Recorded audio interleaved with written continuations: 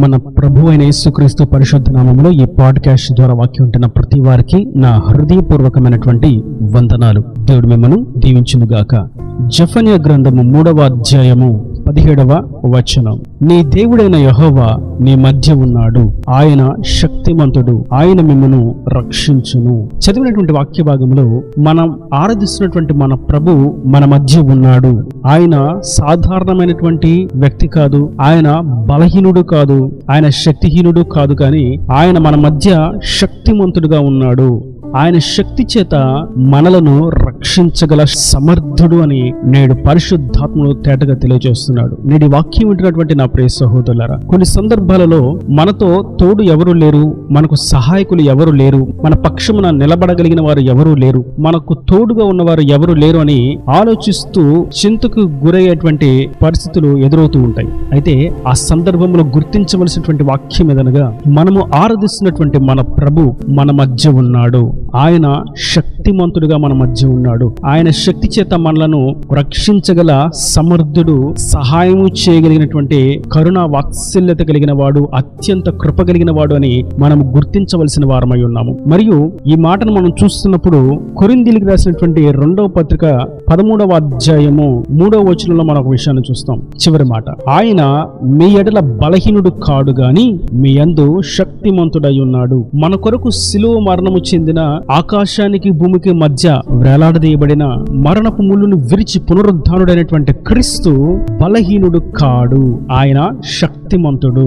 ఆయన శిలువ మరణమును చూచినప్పుడు, ఆయన అనుభవించినటువంటి హింసలను చూచినప్పుడు, ఆయనను అపహసించిన, నిందించిన, గేలి చేసిన, అవమానించినటువంటి పరిస్థితులను చూసినప్పుడు ఆయన బలహీనుడిగా కనిపించవచ్చు, గాని ఆయన మన రక్షణ కొరకు, మన క్షేమం కొరకు, మన శాప విమోచన కొరకు ఆ స్థితిలో మౌనము వహించాడు. ఆయన మౌనం వహించాడు కదా అని ఆయన బలహీనుడు కానే కాదు అని వాక్యము తేటగా సెలవిస్తున్నది. ఆయన మన మధ్య శక్తిమంతుడుగా ఉన్నాడు. ఆ శక్తిమత్వము చేత, ఆయన బలము చేత, ఆయన పరాక్రమము చేత ఆయన మన పక్షమున భీకరమైన కార్యమును జరిగించి మనలను రక్షించ శక్తిమంతుడై ఉన్నాడు. ఇజ్రాయేలీలు ఎర్ర సముద్రము దాటవలసినటువంటి సందర్భంలో వారు ఇక మాకు చావే గతి అని అనుకున్నప్పుడు ప్రభు వారి మధ్య శక్తిమంతుడిగా ప్రత్యక్షమై వారి ఎదుట ఉన్నటువంటి ఆ ఎర్ర సముద్రమును పాయలుగా చేసి ఆరిన నేల మీద వారిని నడిపించాడు. కారణం ఒకటే, వారి మధ్య పరిశుద్ధుడైనటువంటి, ఆరాధనకు యోగ్యుడైనటువంటి సర్వోన్నతుడు ఉన్నాడు. కాబట్టి వారి పట్ల శక్తి కలిగినటువంటి కార్యమును చేశాడు. వారు దాన్ని రుచి చూశారు. మనం కొన్ని ప్రాముఖ్యమైనటువంటి విషయాలు చూసినట్లయితే, ఆయన శక్తిమంతుడిగా మనకు ప్రత్యక్షమై ఏమి చేస్తాడు? మొట్టమొదటిగా మనం చూసాం, ఆయన శక్తి చేత మనలను రక్షిస్తాడు. ఏ పరిస్థితుల్లో చిక్కునబడి గుంటలో పడినట్లుగా, జిగటగల దొంగ ఊబిలో పడినట్లుగా, అపవాది బంధించి కట్టివేసినట్లుగా, ఏ బంధకాల చేత నిలిపివేయబడినట్లుగా ఉన్నామో ఆ పరిస్థితుల నుండి, ఆ బంధకాలలో నుండి, ఆ చీకటి అనుభవాల్లో నుండి, ఆ కట్టబడినటువంటి తాళ్లను పెకిలించి, తెంచి, విడిపించి మనలను ఆయన రక్షిస్తాడు. ఆయన రక్షించే కార్యమే ఎంతో గొప్పదైనటువంటి కార్యం. బానిసత్వంలో ఉన్నటువంటి ఇజ్రాయేలీలను ఆయన రక్షించాడు.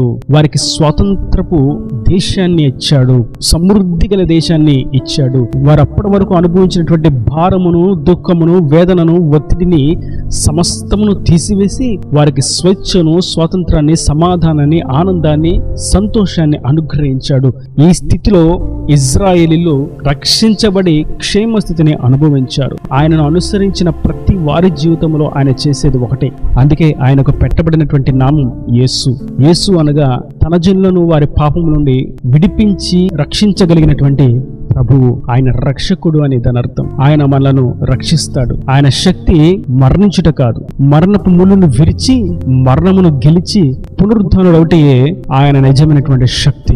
ఈ ప్రపంచంలో ప్రాణాన్ని విడిచిన వారే తప్ప, మరణమును అనుభవించిన వారే తప్ప, మరణము ఎదుట శిరస్సు వంచిన వారే తప్ప, సమాధిలోనికి వెళ్ళిన వారే తప్ప, ఆ సమాధి గెలిచిన, మరణపు ముళ్ళును విరిచిన, మరణమును గెలిచిన, మృత్యువును గెలిచిన మృత్యుంజయుడు మన రక్షకుడైనటువంటి యేసుక్రీస్తు ఒక్కడే.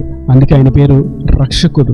ఆయన మనలను సైతం రక్షించగలిగినటువంటి వాడు. మనం అనుభవింపవలసినటువంటి పాప శిక్షను, దోష శిక్షను ఆయన ఆయన తన మీద వేసుకొని ఆ శిక్ష భారమును అంతా ఆయన అనుభవించి మన కొరకు శిలువ మరణమును పొందారు.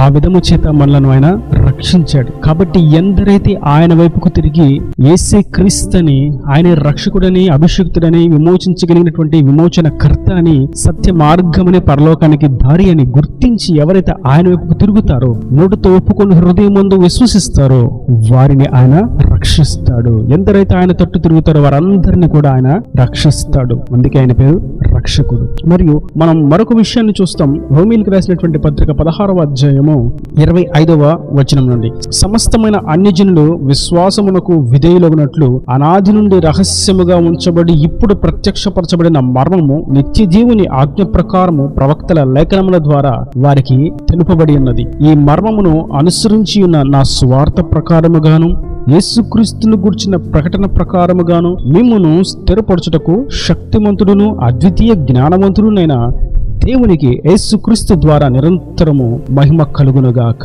ఆమేన్. ఇక్కడ మనం చూస్తున్నాం, మనము విశ్వసించిన ఆ రక్షకుడు, మనము కలిగి ఉన్న ఆ సర్వోన్నతుడు, మనలను విమోచించిన విమోచన కర్త, ఆయన శక్తిమత్వము చేత, ఆయన బలము చేత, ఆయన పరాక్రమము చేత మనలను స్థిరపరుస్తాడు. ఆయన పునాది మీద మనలను స్థిరపరుస్తాడు, వాక్యములో స్థిరపరుస్తాడు, ప్రార్థన జీవితంలో స్థిరపరుస్తాడు, సరైనటువంటి సహవాసములో స్థిరపరుస్తాడు. ఎందుకంటే ఆయన శక్తిమంతుడు కనుక. నేటి వాక్యం వింటున్నటువంటి నా ప్రియ సహోదరులారా, మనం ఆయనను కలిగి ఉన్న ఎడల మన రక్షకుడు, మనతో ఉన్నవాడు సాధారణమైనటువంటి వ్యక్తి కాదు గాని ఆయన శక్తిమంతుడు. ఆయనను కలిగి ఉండుటయే గొప్ప విశేషము. ఆయన తన బలము చేత, తన శక్తి చేత మనలను రక్షించి విడిపించి క్షేమస్థితిని కలుగు చేసి మరియు మనలను దైవత్వంలో క్రీస్తు అనేటువంటి పునాది మీద స్థిరపరుస్తాడు. చక్కగా అమర్చబడినటువంటి రాళ్ల వలె కట్టి ఆత్మ సంబంధమైనటువంటి నివాసమును నిర్మిస్తాడు. ఇది స్థిరపరచబడేటువంటి అనుభవం. ఈ స్థిరపరచబడేటువంటి అనుభవంలో మనం స్థిరపడిన తర్వాత ఇతరులను సైతం ఆ సత్యములోనికి మనం నడిపించగలుగుతాం. మనం స్థిరపరచబడడం అనేది చాలా ప్రాముఖ్యమైనటువంటి విషయం. క్రీస్తును అంగీకరించి నోటితో ఒప్పుకొని పేరుకు మాత్రమే, వస్త్రానికి మాత్రమే ఆయనను కలిగి ఉన్నామని చెప్పుకుంటూ ఉంటే వారు క్రీస్తులో స్థిరపరచబడిన వారు కానే కాదు. హృదయమందు ఆయనను విశ్వసించి ఆజ్ఞ ప్రకారం ఆయన చూస్తున్నాడు అనేటువంటి భయభక్తులతో ఈ జీవితమును, ఈ జీవనమును కొనసాగిస్తున్నట్లయితే అట్టివారు ఆయనలో స్థిరపరచబడిన వారు. అట్టివారు రహస్య జీవితం కూడా పరిశుద్ధంగా, పవిత్రంగా కాపాడుకుంటూ ఉంటారు. కాబట్టి వారు స్థిరపరచబడిన వారు గనుక అనేకులను కూడా ఆ మార్గంలోకి, ఆ స్థిరత్వంలోనికి నడిపించగలుగుతారు, రుచి చూపించగలుగుతారు, ప్రభును తెలియచేయగలుగుతారు. ఒకవేళ అట్టి విధంగా కాని ఎడల వారు స్థిరపరచబడిన వారు, అట్టి వారు దేవుని రాజ్యానికి వారసులు కానేరరు. కనుక నేటి వాక్యం ఉంటున్నటువంటి నా ప్రియ సహోదరులారా, మనం ఆరాధిస్తున్నటువంటి దేవుడు శక్తిమంతుడై ఉన్నాడు. మనలను రక్షిస్తాడు, మనలను స్థిరపరుస్తాడు. కొట్టు సమస్యల్లో నుండి, చీకటి బంధకాల్లో నుండి, అనారోగ్య స్థితులలో నుండి, కుటుంబ కలహాలలో నుండి, చదువుల అపజయాలలో నుండి, నిరుద్యోగ సమస్యల నుండి, వ్యాపార నష్టాలలో నుండి, నిరాశ నిస్పృహలలో నుండి, భయాలలో నుండి, ఆందోళనలో నుండి, ప్రతి విధమైనటువంటి బంధకముల నుండి ఆయన రక్షిస్తాడు.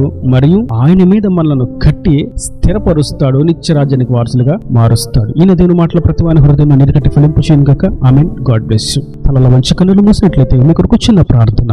ప్రేమ స్వరూపీకరణ కటాక్షంగా తండ్రి, నా ప్రభు వాక్యాన్ని ప్రతి వారిని మీరు ఎన్నారులుగా దీవించండి, ఆశీర్వదించండి. మేము మా మధ్య ఉండే శక్తిమంతుడుగా ప్రత్యక్షమైనందుకు నీకు స్తోత్రం. ఈ వాక్యాన్ని ప్రతి వారి చేతుల్లోనే శక్తివంతమైనటువంటి కార్యమును జరిగించి, రక్షించి, విడిపించి, స్థిరపరిచి, క్షేమస్థితిని కలుగు చేసి అనేకులకు మాదిరికరంగా ఉంటే కృపలాయి చేయండి. ఇక్కడ వారి ప్రతి అవసరతను అక్కర్ని మహిమలో తీర్చి మీ రాకడ రాజ్యంలో సిద్ధపరచమని యేసు పరిశుద్ధ నామమున ప్రార్థించి వేడుకుంటున్నాను తండ్రి. ఆమేన్. ఆమేన్.